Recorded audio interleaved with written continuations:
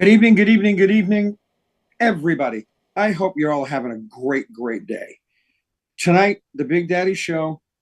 This is going to be our last one for a month because we're going to take some time because we got some amazing things coming up in Milwaukee next week and some other things going on and holidays and everything else. But welcome to the Big Daddy Show. I want to thank all my sponsors that you saw in the beginning. They are the best. But tonight, I have two wonderful friends and I am honored to have you both on, Mr. Troy Adams and Mr. Rich Lange. We're going to talk first about both individuals and their businesses, their DJ business and everything. And they're both, I think you guys live, about 7 minutes apart? And to get together, you got to go to Milwaukee on a plane, which is great. But my friends, Mr. Troy Adams and Mr. Rich Lange. Troy, let's start it with you. Tell me about how you got started, how long you've been doing it, and tell me about your company. Man, you're gonna make me age myself like right out of the gate, Big Daddy. Yeah, but you're talking to the oldest man in the world, so you both are teenagers compared to me. Hello. Oh, let's see. Started. Yeah, hey everyone. Hello, Troy Adams, owner of Carolina DJ Professionals, and we are in Charlotte with my good friend Rich, and I've got a team in Charlotte. We've got a team in Asheville, North Carolina. Excuse me, and a team in Charleston, South Carolina as well. So 3 divisions. Did my first gig back in high school, like 1993. And I always tell the story of my good friend was like a wizard with equipment. He actually went on to like teach people at IBM how to use new programs. So he was the smart guy. And so he brought all the gear. Like he brought the amp and the speakers that he and his dad built. I just turned the cassettes with the pencil, right? And got them all queued up. Stole some lights from my dad's garage that looked like furniture. And that's how I got started. Yeah. And then really took the next leap in college. I started DJing fraternity parties. And then I would go into the neighborhood of the campus bars. And I said, look, don't pay me. Don't pay me tonight. Just try me out. And if you like me, give me a job. And so that's how I got started DJing in college. And then it just spiraled, right? Like the fraternity parties became sorority parties, became formal events for the college, and the bar gigs expanded. And then every time I moved, when I was younger and I was pursuing other things, every time I moved to a new city, I did the same thing. I moved to Atlanta. I walked into Buckhead and to a bunch of bars and said, hey, here's my mixtape because I'm that old. Here's my mixtape and said, try me out if you love me, give me a job. And right, so that's how right, and it just spiraled and spiraled. And then at some point, I think it was 2006, that I was like, I could legitimately make a living doing this, right? I've done enough from friends and friends of friends now, and let's make this a career. And my first company name was terrible. I should show the logo because the logo is just as bad. It was called Tea Time Entertainment, right? Because I had this dream. You can laugh. I had this, right? For those that know me, I'm a golf. I used to be a golf pro, and I love golf. Oh, so you're a golf addict. You're a golf addict. I had this dream, right? I was gonna like teach the wedding party how to play golf on Friday. And then I was right. So TEE. And then I was going to have like, formal tea time with the wedding on Saturday. And then the whole tea in Troy. The logo is terrible. It was like a golf tee with a bow tie. I don't even know how I got business. And then we switched That's the worst idea I've ever heard. Yeah, boy. And you're still with us, kid. I must have done okay to overcome all that, right? Absolutely. Yeah, and then we went to the much more Google-friendly name of Carolina DJ Professionals, much more Google search friendly. So yeah. And now you DJ, you have lighting you're right down the line, correct? Yeah, so I've got a team of 30 DJs, or 20 staff of 30, about 20 to 25 DJs, and yeah, lighting. You name it, lighting, Dance in the Clouds, Cold Sparks, I mean, the works, right? Do about 900 events a year. I did 5 last year. Out of 900, it's taken me a decade to get to that point. So yeah, that's kind of us in a nutshell. So, and you're married and you have 2 kids?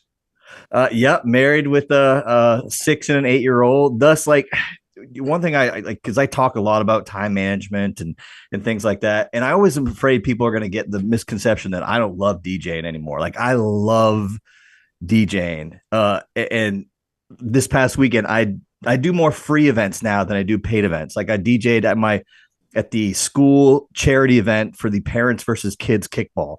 Right, brought all my gear out there, DJ'd for free because I got to be with my kids too. Because my kids are so young and active. Like, hey, when they go off to when they go off to college in 15 years, if I can get back out and do 50 gigs a year, I will because I love it. But right now, like, I want to be home on the weekends. Thus, like the transition to all the speaking too, right? Because a lot of that stuff happens during the week. And so that's kind of allowed me to make that transition. So yeah. Awesome. Yeah. Mr. Rich Lange, how about you, my friend? Big Daddy, how are you? Great to see you guys. Good, man. Great to see you. Thank you so much, both of you, again. I appreciate you both. Absolutely. So the question is, what's my DJ business like? Yes, sir. Yeah. So, unlike Troy, I mean, I pretty much work by myself. I've been a single op most of the time that I've been a DJ. Actually work with another small group of DJs here in Charlotte these days that help book me and stuff like that. But, I've been doing it a long time, way before that year Troy threw out there. I went to a radio station in the town that I lived in and told them they should hire me. And they let me take out the trash and do some stuff like that. And, eventually, they let me spin the vinyl records that played American Top 40 on Sunday night. And soon I was able to talk in breaks and do the weather. And, the bug hit me early. And soon after that, when I could drive, I convinced my dad to help me buy some equipment, and I started DJing parties. And I grew up in, for most of my time growing up, was in Winston-Salem, North Carolina. And when I was 16, I started DJing in nightclubs that you had to be 18 to get into. And so I was doing clubs over near Wake Forest University and doing that sort of thing. And I've been doing it ever since, sometimes as a hobby, sometimes as a full-time job for about the past 20 years. Prior to COVID anyways, it was my main source of income. And, I tend to take the approach with couples that I work with to really try to create an experience for their guests and, try to do something different. Like Troy, I mean, whatever they need, I provide photo booths, DJing. I'm a MC, storyteller. All that good kind of stuff. I think one of the, I guess, I don't think that I'm so unique to the DJ world, but I do think that with it's all by happenstance, or maybe you made it happen this way, that Troy and I are on here. But, Troy and I work in a market together in Charlotte, North Carolina, where, we've run into each other for years, and we're friends, and we compete for business. But we're not competitors. We like a lot of people in this market, we share information and try to get together. I actually, I checked before we had this call to make sure this was true. I actually still have the secret combination code to get into Troy's storage unit. So I can go over there anytime and get anything that I want. But I mean, perfect. I've lent Troy equipment. I've driven to his wedding on Saturday to grab something that I needed in the last minute. And, it's just been like that. Not Troy's a great guy and his company does a great job, but it's other people in the market too. And if you're lucky enough to work in a market like that, or, lucky enough to know some guys in your market, I just encourage everybody to, take the philosophy of that rising tide lifts all boats, and get to know each other, because if you can remove those barriers, it's really fear that drives people sometimes. Mm-hmm. Get along with the people in your market and make it work. Yeah. You know what? Truer words were never spoken.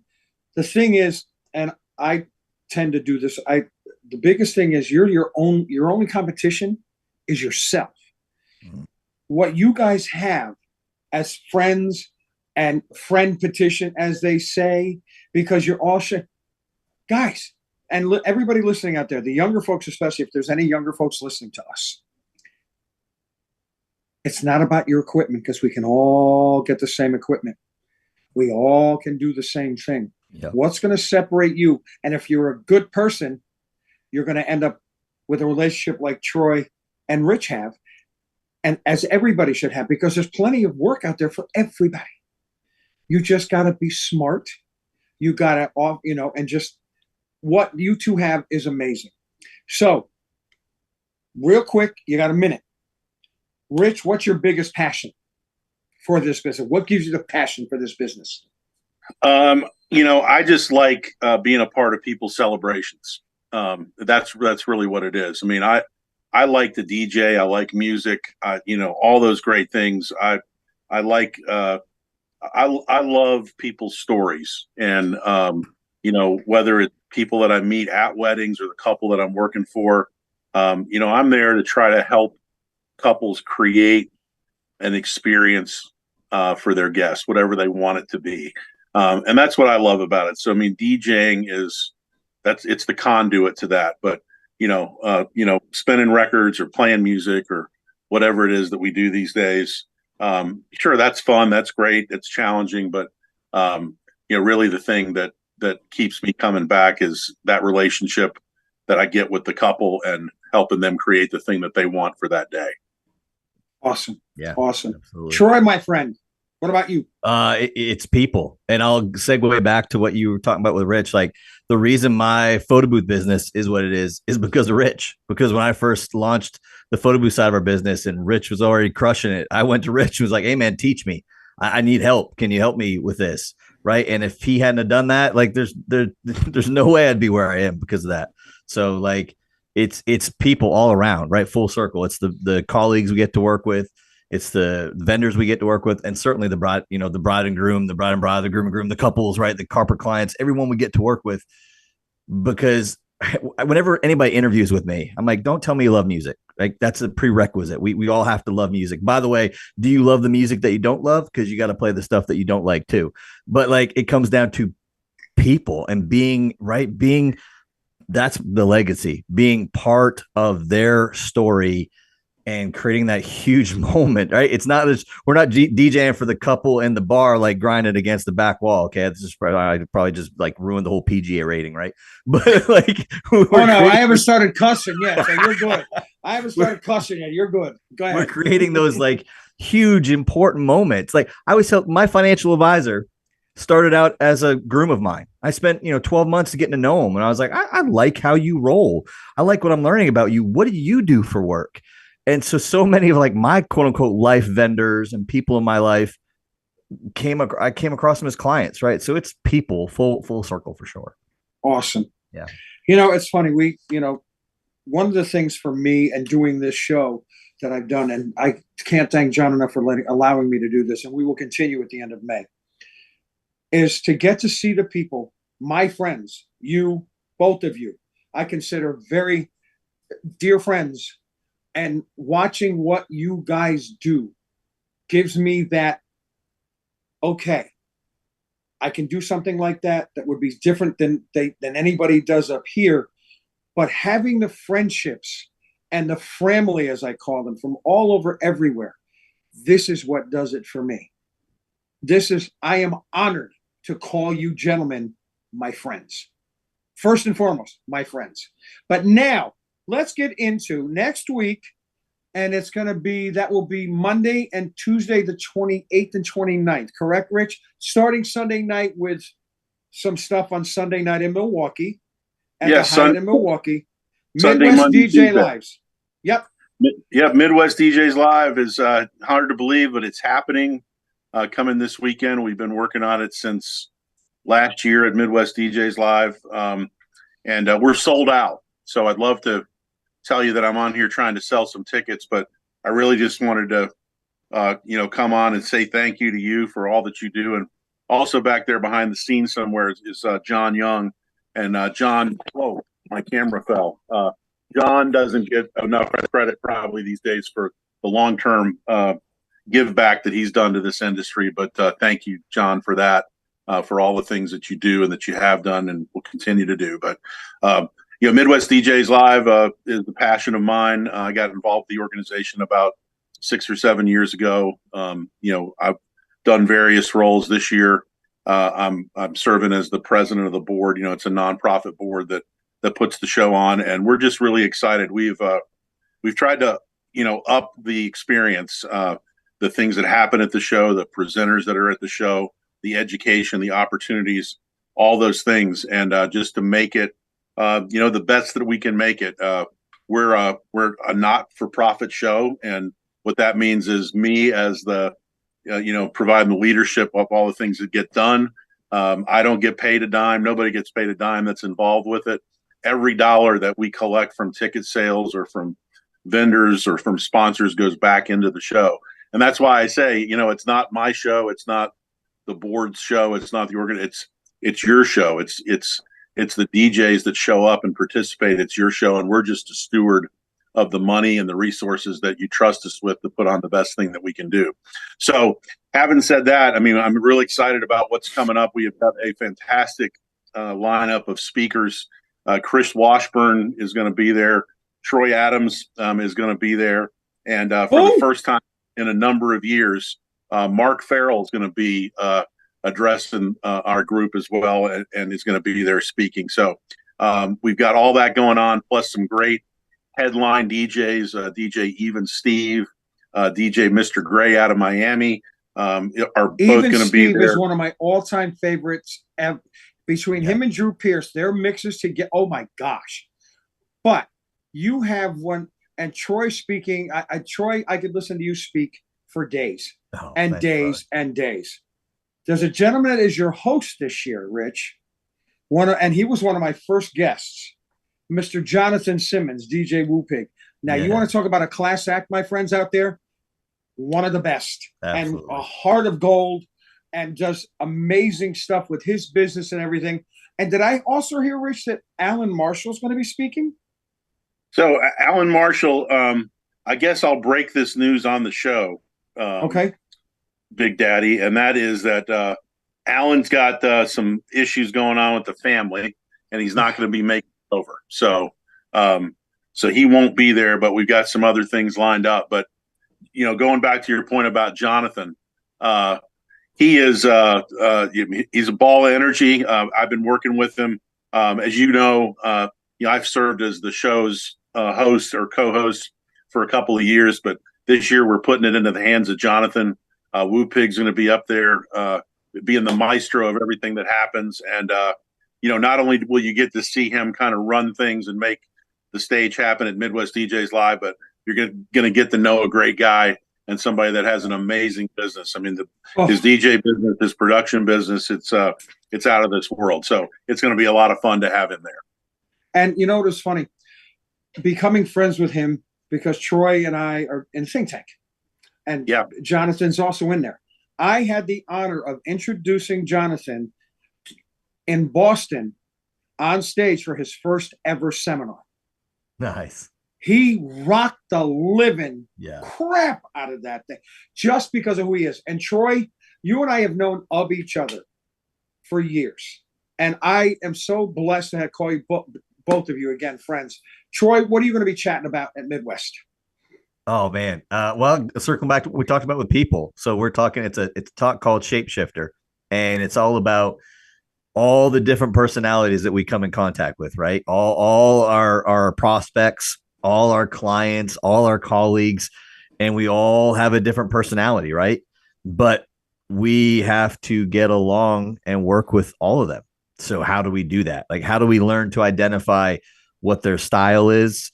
How do we know what our style is? How do we then adapt? And then how do we better connect, right? So there's a sales approach to it. How do we certainly do that in a sales capacity, but also in just a general connection capacity, right? Because how do I connect with that vendor? Because I'm still, quote unquote, selling, right? I want to work with you more. How do I connect with that potential employee or that person I'm trying to hire, right? Same thing. I want to kind of sell you on joining us.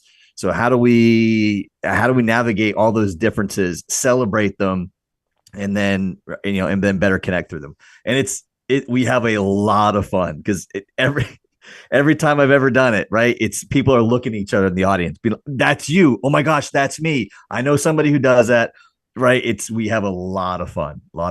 So I'm excited. Awesome. Yeah, I've had the honor. Last year I had the honor of closing Midwest DJ Live. And that's all I ever want to do now. That's all I want to close every show.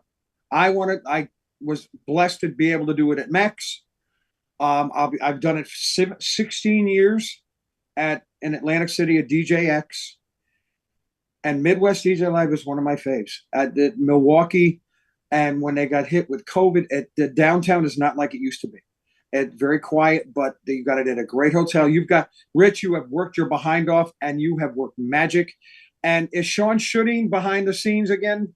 Is he the stage manager? Yeah, so Sean serves on the board. He's kind of our marketing guru, but he's also what I call the straw that stirs the drink. He is the show manager behind the scenes, and he runs the production.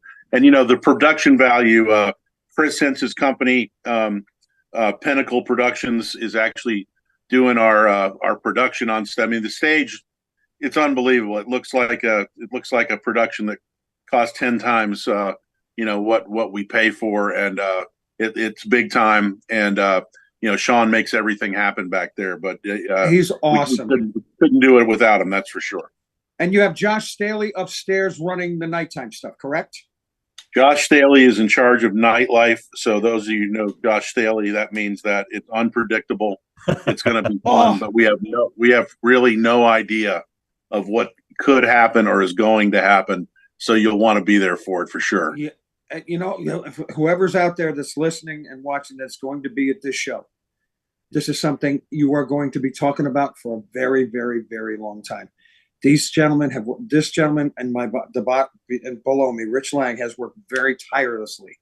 I wish I could be there, but thanks to business and family, not going to be able to make it this year. But I'm in my heart, I will be there with you guys from start to finish, and hopefully we can make something happen next year. But well, let me just say I appreciate the credit, but I mean it is a team effort. I know you've got a whole bunch of people. Yeah, we got a whole bunch of people that have put in a bunch of time, and they're really the ones that have put this thing together. This thing started 16 years ago in a garage with Big Ron, and has moved on since then. And like I said, we're the stewards of this show and keeping it going. And you're right. I have a sneaking suspicion that in 2025 we're going to see you, Big Daddy, in Milwaukee again. You know what? I'm just coming for the cheese curds. Hello. The cheese curds and the swag I get from my boy Rich Lange. But it's the thing is, and people don't. A lot of people. Why do I need to go to these things? Because we're going to start promoting the other ones coming up at the end of May. Why do we go to these things? Because you never know what you're going to learn. It's amazing. You go in there. Free your mind, as my boy Mars Lawhorn from Chicago says. John, I'm going to swear once, quietly. Free your mind and your ass will follow. Take off the blinders, folks. There's other people out there that are doing it. Well, I couldn't do that in my area. You'll never know unless you do it. Yeah. Well, and here's the thing that's one step beyond that for me too, Big Daddy, and that's that. You can learn a lot of things, but where DJ shows, the first one I went to in Las Vegas, I think maybe really changed things for me is, in this business, a lot of times, and I'm sure there's other people that feel like me, we're just working as one person by ourselves doing these events, and nobody, including my spouse or anybody else, really understands what I do. But when you go to a show, you meet a lot of other people that are in the same boat. And what you do instantly at that show is you create a support system for yourself, people that throughout the year you can talk to. And I can honestly say that most of my best friends in the world all come from relationships that started at a DJ show. I remember to this day how kind you were to me, when I was trying to figure things out. I don't know if you remembered or not, but it was about 11:30 at night in East Tennessee, and I was sitting on a couch in the lobby, and you walked up to me and introduced yourself and offered your friendship to me, and I'll never forget that.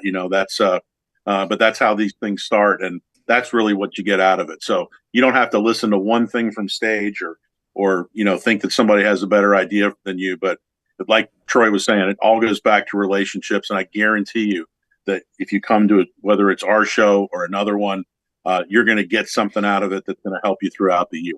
I'll be quiet now because I know we're going to run long. Amen to that.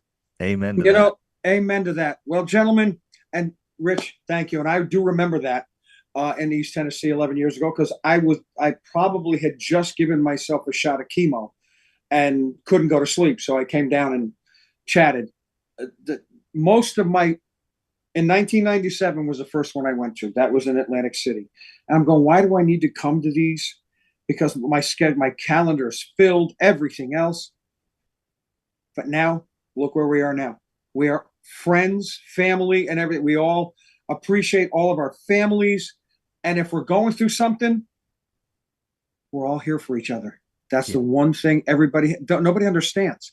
You know, the younger kids, we got to get these younger folks on board with this. But we got to cut this short because we're running out of time, because I don't want to get involved with Ben Stowe, because Ben Stowe's next from what I understand. And, you know, if Ben gets upset, he's going to wrap a wire around my neck or something along that lines. But gentlemen, he'll shock us somehow. That's right. Thank you both very, very much. For those of you that are online with us here, that are going to Midwest DJ Live, learn, enjoy. And I want everybody to give my boy Troy, and especially my boy Rich, the biggest hug from Big Daddy. Gentlemen, I thank you both very much. Rich Lange, Troy Adams, you are the best. Mwah! Love you both. We'll see you soon. Thank you. Appreciate it. Good night, everybody. Big Daddy.